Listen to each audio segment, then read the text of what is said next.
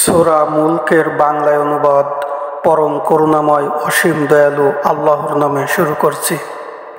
এক, বরকতময় তিনি যার হাতে সর্বময় কর্তৃত্ব, আর তিনি সবকিছুর উপর সর্বশক্তিমান।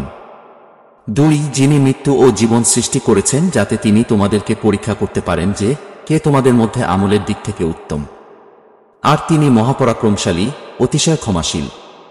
তিন, যিনি 7 আসমান স্তরে স্তরে সৃষ্টি করেছেন। পরম করুণাময়ের সৃষ্টিতে তুমি কোনো অসামঞ্জস্য দেখতে পাবে না। তুমি আবার দৃষ্টি ফিরাও, কোনো ত্রুটি দেখতে পাও কি? 4, অতঃপর তুমি দৃষ্টি ফিরাও একের পর এক, সেই দৃষ্টি অবনমিত ও ক্লান্ত হয়ে তোমার দিকে ফিরে আসবে। 5, আমি নিত্যবর্তী আসমানকে প্রদীপপুঞ্জ দ্বারা সুশোভিত করেছি এবং সেগুলোকে শয়তানদের প্রতি নিক্ষেপের বস্তু বানিয়েছি, আর তাদের জন্য প্রস্তুত করে রেখেছি জ্বলন্ত আগুনের আয়াব।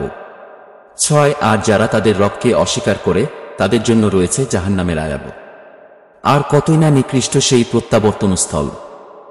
7, যখন তাদেরকে তাতে নিক্ষেপ করা হবে তখন তারা তার বিকট শব্দ শুনতে পাবে, আর তা উথলিয়ে উঠবে।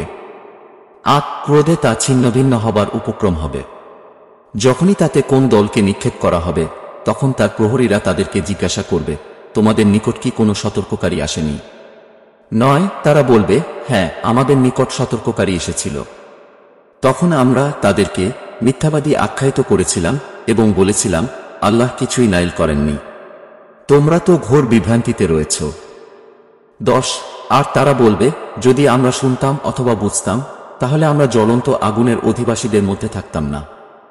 11, অতঃপর তারা তাদের অপরাধ স্বীকার করবে, অতএব ধ্বংস জ্বলন্ত আগুনের অধিবাসীদের জন্য। 12, নিশ্চয় যারা তাদের রবকে না দেখেই ভয় করে তাদের জন্য রয়েছে ক্ষমা ও বড় প্রতিদান। 13, আর তোমরা তোমাদের কথা গোপন করো অথবা তা প্রকাশ করো, নিশ্চয় তিনি অন্তরসমূহে যা আছে সে বিষয়ে সম্যক অবগত। 14, যিনি সৃষ্টি করেছেন তিনি কি জানেন না? অথচ তিনি অতি সূক্ষ্মদর্শী, পূর্ণ অবহিত। 15, তিনিই তো তোমাদের জন্য জমিনকে সুগম করে দিয়েছেন, কাজেই তোমরা এর পথে প্রান্তরে বিচরণ করো এবং তার ঋক থেকে তোমরা আহার করো, আর তার নিকটে পুনরুত্থান। 16, যিনি আসমানে আছেন তিনি তোমাদের সহ জমিন ধসিয়ে দেয়া থেকে কি তোমরা নিরাপদ হয়ে গেছ, অতঃপর আকস্মিকভাবে তা থরথর করে কাঁপতে থাকবে।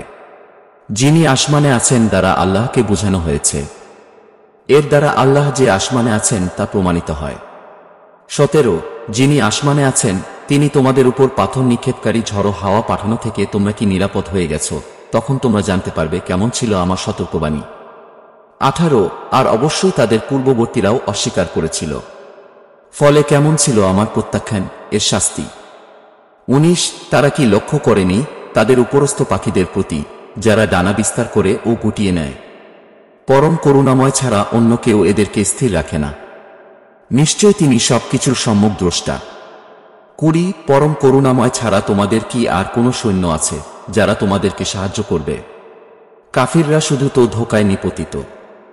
21, অথবা এমন কে আছে যে তোমাদেরকে ঋক দান করবে যদি আল্লাহ তার ঋক বন্ধ করে দেন?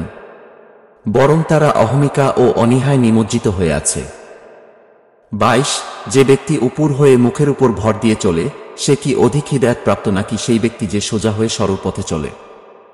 23, বলো, তিনিই তোমাদেরকে সৃষ্টি করেছেন এবং তোমাদের জন্য শ্রবণ ও দৃষ্টিশক্তি এবং অন্তঃকরণসমূহ দিয়েছেন, তোমরা খুব অল্পই শকর করো।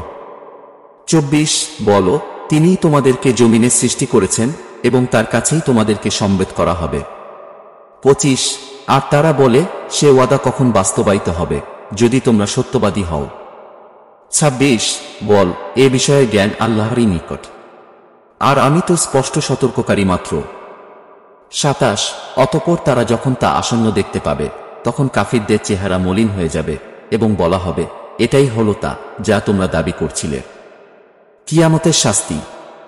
28, বলো, তোমরা ভেবে দেখেছ কি, যদি আল্লাহ আমাকে এবং আমার সাথে যারা আছে তাদেরকে ধ্বংস করে দেন অথবা আমাদের প্রতি দয়া করেন তাহলে কাফিরদেরকে যন্ত্রণাদায়ক আয়াত থেকে কে রক্ষা করবে?